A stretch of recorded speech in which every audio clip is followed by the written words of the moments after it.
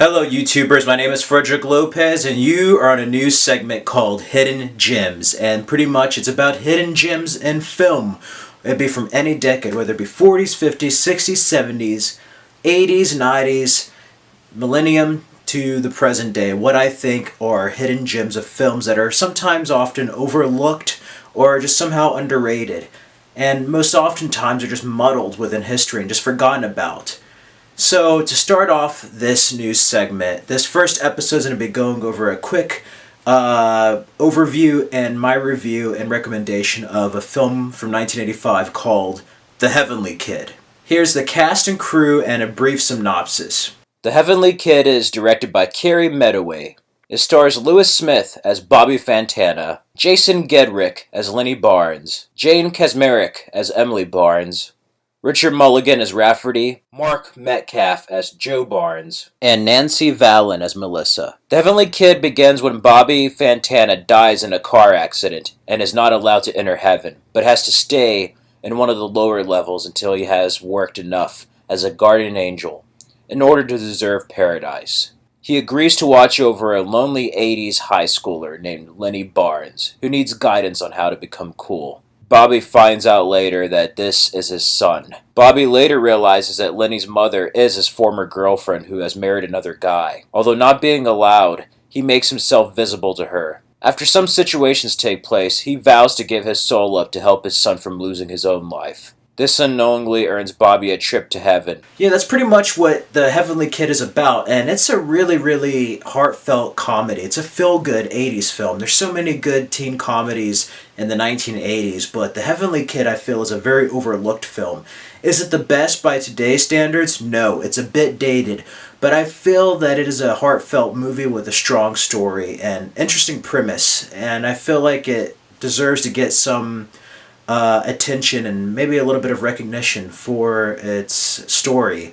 Now the main actor, Lewis Smith, does a pretty good job. He's a greaser, and it's very rare that you get films that are not only in the 80s, since it was in present day at the time of this film, the 80s, but you get nostalgia of the 80s and the 1960s. It starts off in the 60s. He's a greaser. He has a race where he's basically handcuffed to the tire so he can't leave, and then he can unbuckle it before it goes off a cliff. It doesn't unbuckle and he dies. So it starts with the death of this character. And he can't get to heaven. He's kind of stuck in a purgatory limbo where he's not allowed upstairs until he does time as a guardian angel. In which case we're fast forward to the 1980s and where he has to be a guardian angel to Lenny Barnes, who you find out is the son of his girlfriend from the 60s, Emily Barnes. She married another person after his death, and it's pretty much him making this guy be cool. He's kind of a dork. And pretty much it's about Lenny Barnes as like a dork. He wants to be cool. He doesn't have confidence, so Lewis Smith's character as a guardian angel must like make him dress cool, make him have some, confidence, self-esteem. He needs to make him have a higher self-esteem. But in the process, he kind of begins to lose himself. So as a guardian angel, he has to make sure that this person, Lenny Barnes, doesn't lose himself. But the whole crux of the story, the whole thing about the movies, you find out Lenny is actually Lewis Smith's son, Bobby Fantana, the character. His girlfriend was having his child, so you find out that Lenny is Bobby Fantana's child.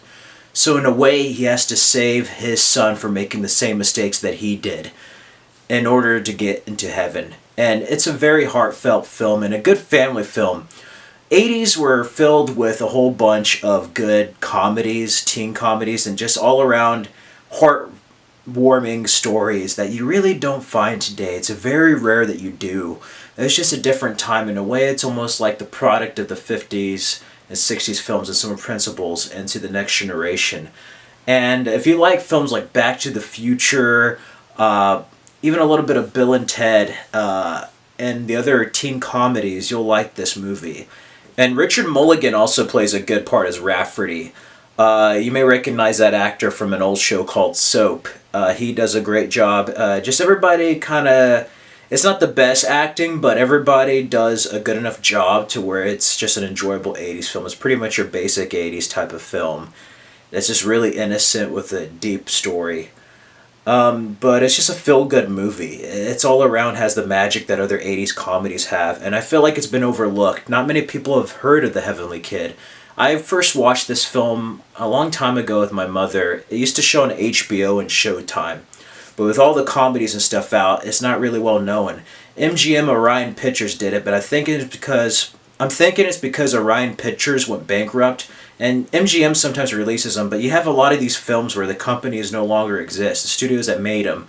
So like the rights are kind of in limbo for whether or not they'll be released on DVD Blu-ray. They're only available on VHS. So I think on The Heavenly Kid, that's why it wasn't as well known. There's just so many other great films of the 80s that this one I feel is overlooked. But you can find it on DVD. It's in a double pack with another film at Amazon. But yeah, I would highly recommend The Heavenly Kid.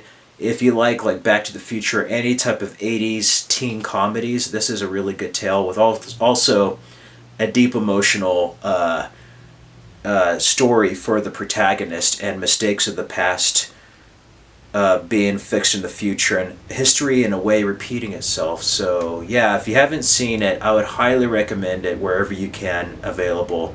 Heavenly Kid is one of those rare films. I also like the comedy between Bobby Fantana and everyone else of why his former girlfriend married this guy, and just the comedy he has when people cannot see him.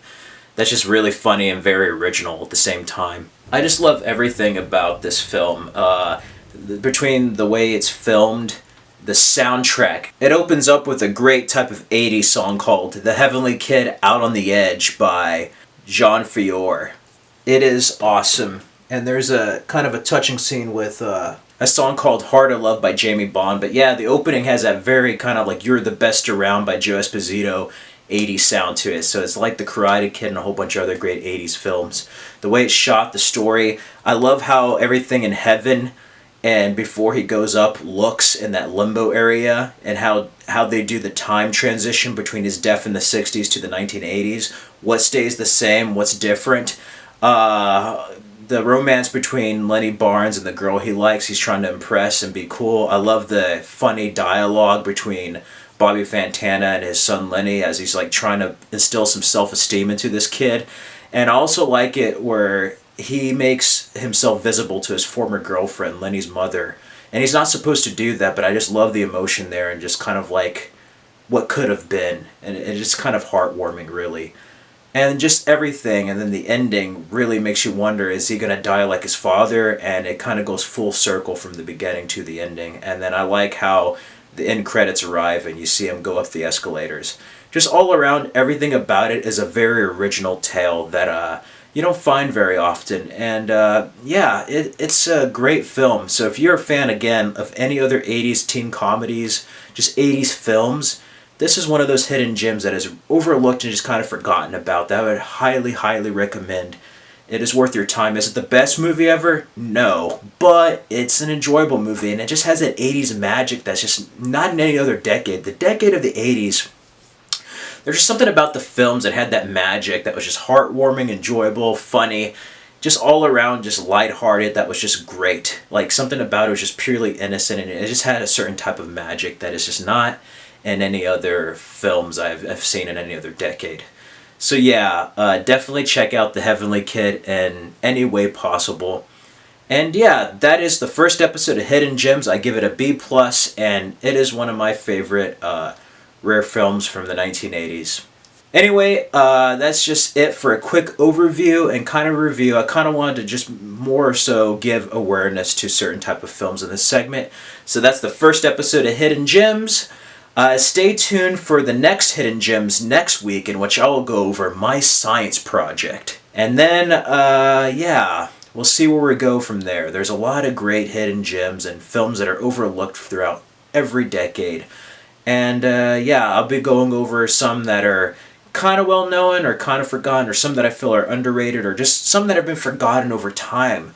That you can go ahead and check. And for those of you who remember, who have lived in the 80s, if you remember seeing The Heavenly Kid, let me know what your thoughts are in the comments below. What did you think of The Heavenly Kid? What was your favorite moment?